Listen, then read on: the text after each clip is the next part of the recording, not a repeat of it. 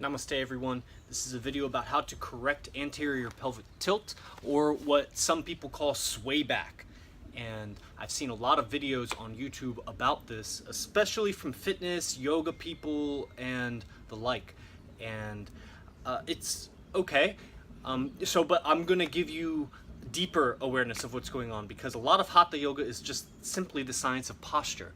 And posture is an expression of your mind. So when we talk about sway back, which is basically poking the butt out, this is an anterior tilt. Top of the pelvis goes forward, bottom of the pelvis moves backwards, versus a posterior pelvic tilt.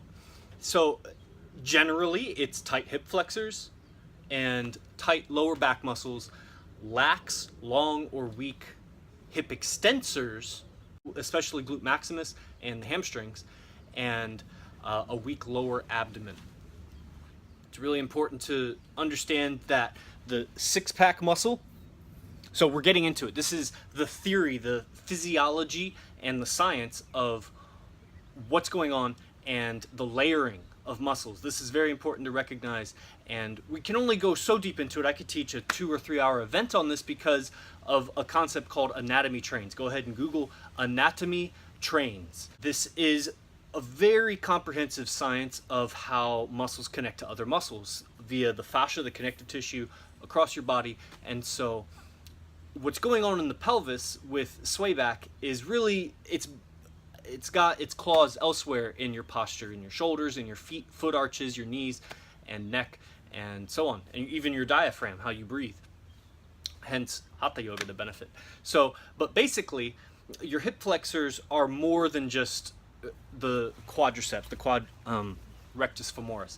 It's iliopsoas, the iliacus, which is iliacus and the psoas, TFL, and some of these others. And the deeper you go into the posture, the more closely you come to your idea about yourself, your idea about your posture, which is what really needs to be corrected. If you just do massage techniques to loosen and relax tight muscles, that tightness is going to come right back, because it's in your movement. It's how you move through space, and you do that based on your idea about yourself. Two people could move through space seemingly in the same way, left foot, right, but they're recruiting different muscles to do that. And that has to do with their mood, their attitude, and some genetics, but also just their idea about yourself, because you can change your posture by changing your idea about yourself, which is another mission of Hatha yoga.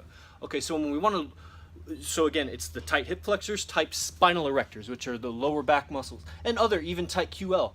So it's not so simple. But so there's this concept of that is really important to what we're about to do, is the reciprocal relaxation reflex, meaning when you contract a muscle, the spinal cord naturally responds by relaxing its antagonist. So the classic example is when I contract the bicep, the tricep naturally wants to release. Now you can co-activate, and mind overpowers the spinal reflex, but when you're stretching, the natural thing will be to relax. So if I want to relax the lower back, I need to engage the lower belly. And in fact, the reason why the lower belly is probably dormant and weak is because the lower back is contracting.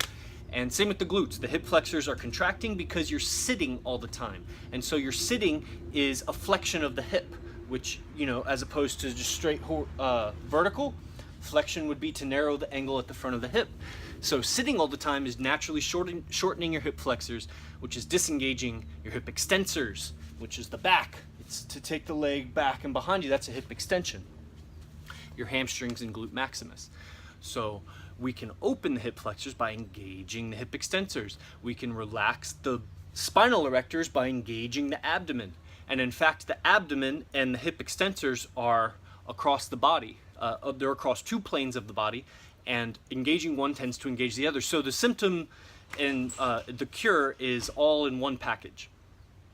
And the yoga posture that corrects this the best and simplest and easiest, you watch this video for 10 minutes and you'll learn how in 1 minute or 2 minutes you can correct your sway back.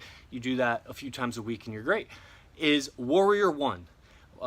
So this is basically a lunge, and I'm going to show you a couple of techniques for it, and then tomorrow I'll go into how to do it, how to practice it with breath and integrate it into a yoga practice, or just do it on your own and get the most out of it. So you're going to take a lunge, whichever side, and use your sense of touch to clarify in your mind where your pelvis is. Is one side tilting to lower than the other? Is one side in front of the other? And just place the hands on the pelvis, and from here we're going to engage everything that I was talking about to relax everything else I was talking about. So push the back knee backwards in space against, so that would normally take you deeper into a lunge. So I'm going to push my front forward also. The command for this is spread the mat between your knee and your front foot. Good. Keep the hands on the hips. And now I want to tuck the tailbone under. Now, if you're not as deep in a lunge as I am, you can also always put a blanket or something under the knee. Then don't lean as deep into the lunge.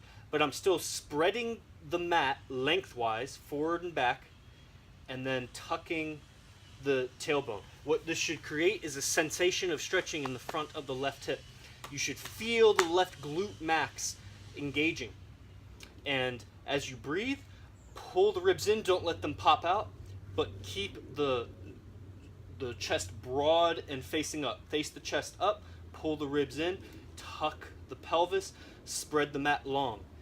And then maybe you can go deeper from there, but only as deep as you can keep the pelvis under the ribs. If it starts to bend, then too deep. And then go ahead and switch sides. So wherever you are in the lunge, it's often better just to start less deep, get the perfect safe engagement, and then take yourself deeper with the breath. So push the back leg backwards, the front forward foot forwards. Spread the mat long. Then tuck the tailbone under. The hands are on the hips, and try to keep a balance. You're not gonna like push with your hands to be able to correct your hips. It's just for awareness, and also to integrate the shoulder girdle, which is really important with breathing. So spread the mat, tuck the tailbone, ribs in, sternum high, long neck, deep breath, maybe go a little bit deeper. Good, and release. So it's really important that you feel the glute engage. That's what relaxes the hip flexor. Otherwise, it's just going to return to its normal shortness, and the antagonist will not have toned. When the antagonist tones, it, one, resists the tension of the hip flexors, but two, it also, due to the spinal reflex, encourages the hip flexors to actually just release and let go. And those are, it's important. The Heart Seal is coming out in 3 weeks now, or 2 weeks, October 1st. And I go into the theory of analyzing muscles in 3 dimensions of, 3 variables: long or short, tense or relaxed, and strong or weak. And these are independent variables of each other, and this is how we correct posture, by manipulating these variables of key muscles. Okay, so the second variation, so that's the first one, and it's progressing towards straightening the back leg and lifting the knee, but I barely even do that, and I'm very, very open in the hip flexors, so it's really about keeping the pelvis under the ribs and a long spine. And of course, I'll go deeper into it tomorrow with the breathing, and that'll really help with the long spine. But the second variation is to get the second function of the glutes. The glutes are a hip extensor, as are the hamstrings. So we're by default helping get some hamstring action in there. But also, it's an external rotator. So the glute will help turn the thigh out. And so to get a fuller engagement of the glutes, and like I said, once you study this video, you'll only need to do 1 set of each. You'll do 1 set on the left, 30 seconds, 1 set on the right, 30 seconds, and then you'll do the second variation I'm about to give you. 1 set on the left, 30 seconds, another on the... So in 2 minutes, you've done both of these, and that's really a long time to hold 1 set for 30 seconds. You could do the whole thing in a minute, maybe. This is all you need to correct sway back. Now, Warrior 1 is not an end-all, be-all posture for everyone, because it'll create its own set of problems. If you do the same thing over and over and over, it is not the best thing. But to correct sway back, all you need is Warrior 1, because this lengthens the hip flexors, engages the hip extensors, by default engages the lower abdomen, which is technically a spinal flexor, and then also by default, then that relaxes the spinal erectors, which is a spine extensor. And so everything is fixed by Warrior One as far as sway back is concerned. So the second variation of Warrior One is simply with a locked back leg, really important. I turn the back foot out. So this will turn the hips, but so I don't need to go super deep. The deeper I go, the more the hip will turn out. So I can stay up relatively high, and I want the pelvis relatively facing forward, but not super critical about it. The important feature is the glute, whatever the back leg, my left leg in this case, is engaging. I'm turning the left foot out actively, but also spreading the mat forward and back. That engages the left glute, and then from here, same thing, tuck the tailbone under while I keep the spreading sensation. Then it's really useful to lift the arms because that'll encourage the ribs to pop out. When we can pull the ribs in, that's the upper attachments of the abdomen. So by encouraging the ribs to pop out and then saying, oh no, I'm pulling the ribs in, that helps tuck the tailbone. So reaching through the arms is helpful. I know you can't see my arms, but it would be the same thing if I were in a low lunge. Raising the arms encourages the ribs to pop out. So when I consciously pull those in, that helps tuck the tailbone.